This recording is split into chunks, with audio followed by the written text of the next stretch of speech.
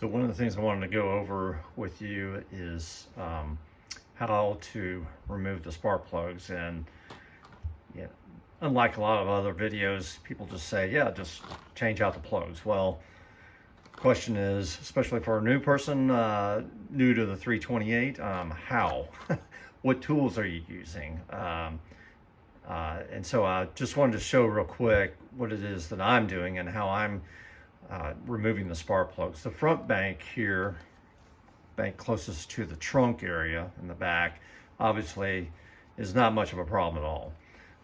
But it's the rear or closest to the back seat of the car where you're against that firewall back there in the back. That's where all the troubles begin. Anyway, so I wanted to kind of just show you real quickly the tools that I'm using and the process that I'm going through. First, I'll let you know that I am using the NGK Iridium spark plugs. I've decided to use these. I heard a lot of great reviews about these spark plugs, and they really fire very well. And because I'm putting in those spark plugs, I've got an 18 millimeter socket that is specific for removing those spark plugs, and it contains the magnet internally so that you don't lose the spark plug pulling it out, obviously. But with this socket, then what I also do is I attach it to a universal joint.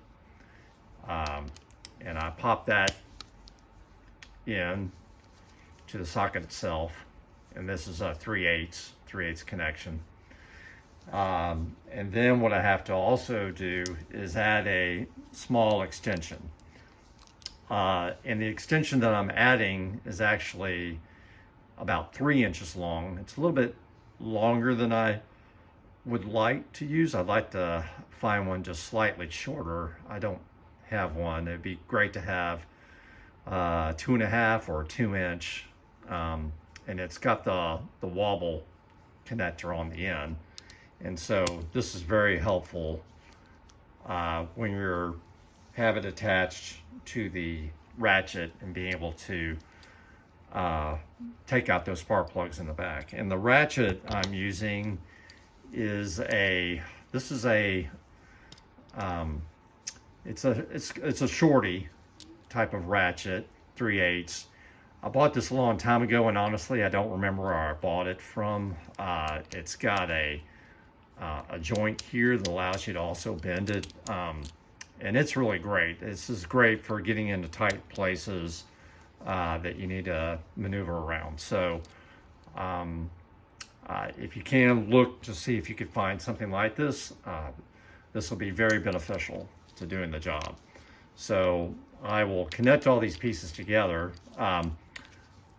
But actually, what I end up doing is before I attach this ratchet, I start by putting this piece, this assembly, down into the cylinder itself and attach it manually onto the spark plug before I attach the ratchet on top.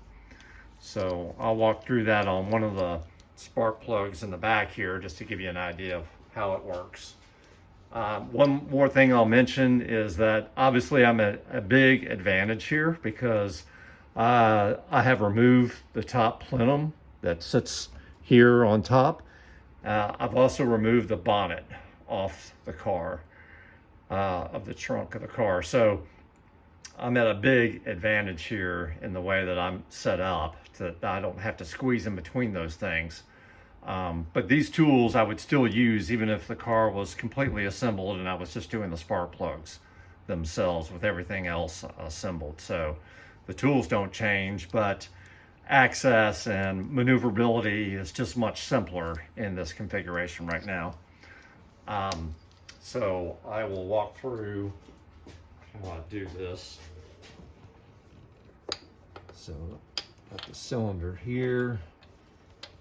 What I do is I just drop that down and I can feel it kind of click in, and then it takes a bit of maneuvering, but you then snap that on. And now that I'm locked in place, all I have to do is give it a few turns. And you got to be careful. You don't want to do too much, because as you're turning, obviously you're elevating, which is moving the entire assembly upward toward the back of the trunk area. So remove it enough to where you've got it to where you can then twist this by hand. It would be nice. I wish this had some knurling around the outside of this shaft here. It would make it much easier for grip purposes, but if you find one, that would be key. You may be able to add your own knurling as well if you have access to a machine shop. So all I'm going to do is continue to turn this. I